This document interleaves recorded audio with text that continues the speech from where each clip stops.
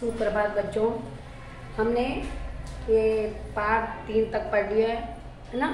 बस की यात्रा सब कविता सब हो गया। अब एक पाठ चौथे की कविता भी है, दीवानों की हस्ती, वो भी पढ़ ली हमने। उसका अर्थ बोली ना, जो हम देश को स्वतंत्र बनाने के लिए, आज़ादी के लिए लड़े। तो यहाँ पर प्रश्न उत्तर दिए, सुनिए बोलिए। मैं स्वतंत्रता पन्ना नंबर 23। स्वतंत्रता संग्राम के शहीदों की आंखों में किस प्रकार के भारत का सपना रहा होगा, अपने शब्दों में बताइए। खाली बोलना है। ये स्वतंत्र संग्राम तो स्वतंत्रता के लिए जो शहीद हुए, जो अपने जान की बलिदान दिए, उनके आंखों में कैसा प्रकार का भारत का सपना रहा हो, कैसा होगा, कैसा होगा बोलो। भारत के शहीद क्या चाहते थे कि भारत हमारा आज़ाद रहे, हम आज़ादी से जिए, किसी के गुलाम नहीं हुए, और भारत को आगे बढ़ाने के लिए अनेक प्रकार के नए नए काम करे, नई नई चीज़ों की खोज करे। ऐसा भारत का सपना था। कभी हम किसी के सामने झुकेंगे नहीं, ऐसा उनका सपना था। आज़ादी के दीवाने अपने अपने बंधन कैसे तोड़ चुके थे, अपने अपने बंधन कैसे टुकड़े थे, अपने अपने मतलब घरदार को उसको छोड़ चुके थे। मतलब कैसे तोड़े थे, तोड़े नहीं, मन में और अपने परिवार को दिल में रख के ही रहते थे। लेकिन वो अपने को देश को आज़ाद कर लेने के लिए वह रात दिन जगह जगह फिरते थे और कई प्रकार के संदेश देते थे, भाषण देते थे, सबको चेतना देते थे कि उनके गुलाम मत बनो, आप भी आवाज़ उठाओ।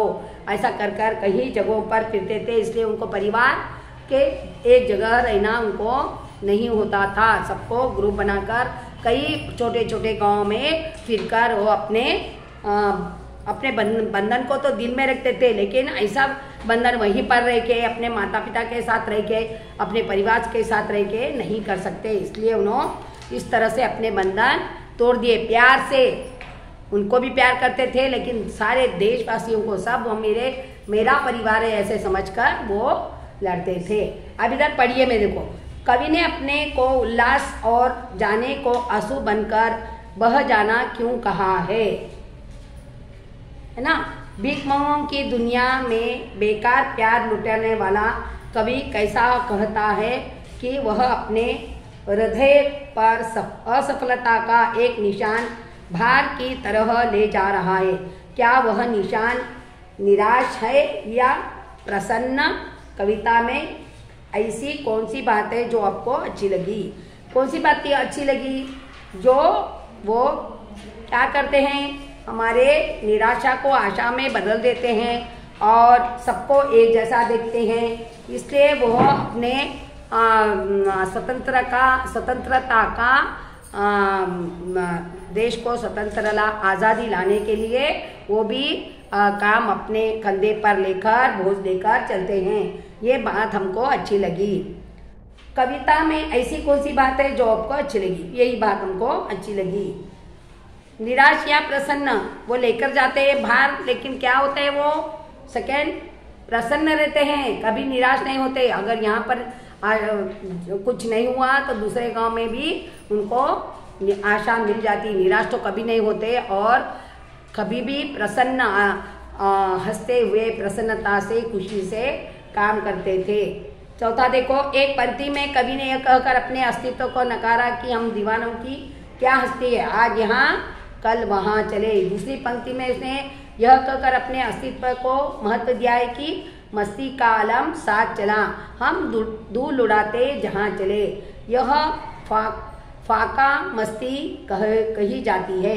कविता में इस प्रकार की अन्य पंक्तियाँ भी है, उन्हें ध्यानपूर्वक पढ़िए और अनुमान लगाइए कि कविता में परस्पर विरोधी बातें क्यों कही गई है।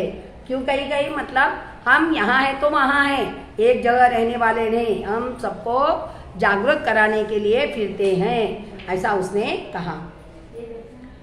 पांचवा देखो, इस कविता में आज़ादी के दीवानों का वर्णन है। आइए अब आज़ादी के दीवाने अमर शहीद भगत सिंह का एक पत्र पढ़े।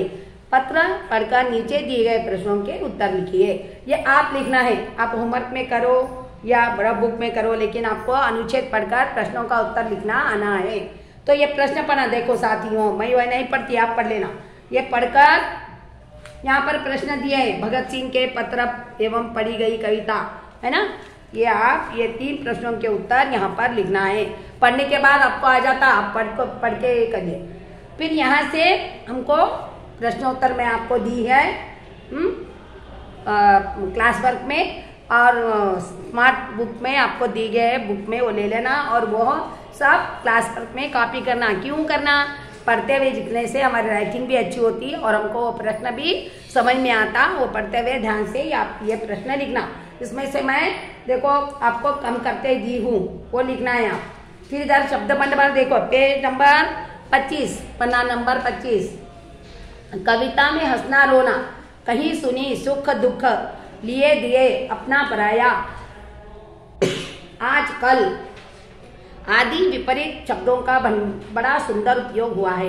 2 विपरीत शब्दों का एक ही वाक्य में प्रयोग कीजिए। जैसे देखो यहाँ पर बताया, ये जोड़ी बताया ना, हंसना रोना, कहीं सुनी सुख दुख, ऐसा है ना। ये शब्द बताए, इसको कैसा बनाए, उल्टा सुल्टा है ना। हंसना उसका अपोजिट रोना, है ना, विलोम शब्द है। लेकिन इसका विलोम शब्द कैसा करना, वाक्य में 2 भी शब्द आना, 2 भी शब्द आना, ऐसा वाक्य में प्रयोग करना। यहाँ पर हमको एग्जाम्पल बताए, उदाहरण दिए देखो। हाँ, हंसना रोना, दूसरों पर हंसने वालों को एक दिन अवश्य रोना पड़ता है।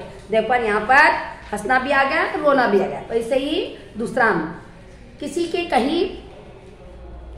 की कही सुनी बातों को हम ध्यान नहीं देना चाहिए। आ गया ना, कहीं सुनी, तो वैसा आप बनाना। और एक सुख दुख, हमारे जीवन में कभी भी सुख दुख आते जाते रहते हैं, ये लिखना। ऐसा आप ये बाकी के 2-3 आप बनाइए, ठीक है। आप ये पूरा रफ में करिए या होमवर्क बुक में करिए, आपको आता वो करना है, मैं बताइए। संतुष्टि के लिए कवि ने छक्कर, जी भरकर और खुलकर शब्दों का प्रयोग किया है। इसी भाव को कुछ अन्य शब्दों सोचकर लिखिए। ऐसे ही शब्द आपके बुक में किधर भी है, हंसकर, चलकर, भागकर, ऐसे शब्द है ना, वहाँ पर आप 2-3 शब्द यहाँ पर लिखना है। मैं जूम क्लास में आपको बताएंगे, आप लिख लेना। आप इधर शब्द भंडार हो गया। भाषा की बात देखो, मुहावरों के प्रयोग से भाषा आकर्षित बनती है। मुहावरे वाक्य के अंग होकर प्रयुक्त होते हैं। इनका अक्षरशः अर्थ नहीं बल्कि लाक्षणिक अर्थ दिया जाता है। उदाहरण के लिए इस कविता के मुहावरों का प्रयोग इस पंक्ति में हुआ है। मस्ती का आलम साथ चला, हम धूल उड़ाते चले। यह धूल उड़ाते चलना मुहावरों का अर्थ है। उत्साह के साथ आगे बढ़ना। धूल शब्द से बने कुछ अन्य मुहावरों का अर्थ शब्दकोश की सहायता से लिखिए, उनका अपने वाक्य में प्रयोग कीजिए। अब यहाँ पर दिए देखो, फिर ऐसे शब्द, धूल उड़ना, धूल चाटना, धूल चटाना, धूल छानना, धूल फांकना, धूल में मिलना, धूल में मिलाना। तो ये सब कैसे धूल का ही दिए हैं, तो इसका वाक्य में प्रयोग आप जूम क्लास में ये किताब लेकर और पेंसिल लेकर बैठना। मैं आपको इसमें क्या आपको वाक्य में प्रयोग बता दूंगी, ठीक है। पेज नंबर 26 में देखो, पन्ना नंबर 26, क्या इधर प्रशंसा। दुनिया में कई प्रकार के लोग बसते हैं, कुछ दूसरों के बंधन में बंधे होते हैं तो कुछ अपने। एक कविता की पंक्ति है, यहाँ पर कविता दी है, उसमें क्या है, क्या बताए देखो। जो अपनी हद में रहते हैं बेहद अपने होते हैं। जो आज़ादी वही जो खुद बंधन में जकड़े होते हैं। जीवन में आत्मनियंत्रण के महत्व पर प्रकाश डालिए। तो इसमें क्या ये कविता पढ़ना है, और नीचे क्या दिए उन्होंने, ये मैं प्रश्न नहीं दी लेकिन खाली ये ओरल पूछूंगी मैं। अपने जीवन में क्या था, आत्मनियंत्रण जरूर होना चाहिए इंसान को, है ना। देखो कभी कभी लोग बड़े होते हैं, तो छोटे बच्चे भी, लेकिन छोटे बच्चों को पता नहीं कि कब क्या बात करना क्या नहीं। लेकिन बड़े लोगों को तो बड़े हो जाते, ये बुरी आदत है। कोई कई बुरी आदतें जो बड़े रहते हैं वो लोगों को कई बुरी आदतें होते हैं। तो उदाहरण के लिए जाना बाहर, सिगरेट पीना, ये सब ऐसी आदत होती है ना। वो आदत को अपने में नियंत्रण रखना, नियंत्रण मतलब निरीक्षण, अपने आप में कंट्रोल रखना, अपने आप में संयम रहना कि हम अपने आत्मबल को अपने पर ये नहीं काम करेंगे, ये बुरा काम नहीं करेंगे, ऐसा शब्द हम अपने आप पर रहना है। तो ये इस पर हम बात करेंगे बाद में। कविता भी रच सकते हैं, इस कविता के चरणों को आगे बढ़ाने का प्रयास कीजिए। कविता तो आप लिख सकते क्या? नहीं, कविता लिख के इसको आगे बढ़ाना है। किसी स्वतंत्रता सेनानी के संबंध में जानकारी एकत्र कीजिए, उनके समक्ष। आप स्वतंत्र सेनानी इतने हैं यहाँ पर, है ना, हमने यहाँ पर देखा, कईयों के चित्र देखे हम, कई है इधर, तो उसमें से एक सेलेक्ट करो और उसका चित्र लगाओ क्लास वर्क में। पूरा नोट्स लिखने के बाद उसके बारे में 1-2-3 मार्क की लिखिए आप, उन्होंने क्या करे, कब पैदा हुए, कहाँ है, उतना ही लिखे तो बस। ओके बच्चों, ये हो गया अपना, हाँ, ये लेसन हो गया। आपको नोट्स है, आप आके नोट्स लेके जाना और लिखना। धन्यवाद।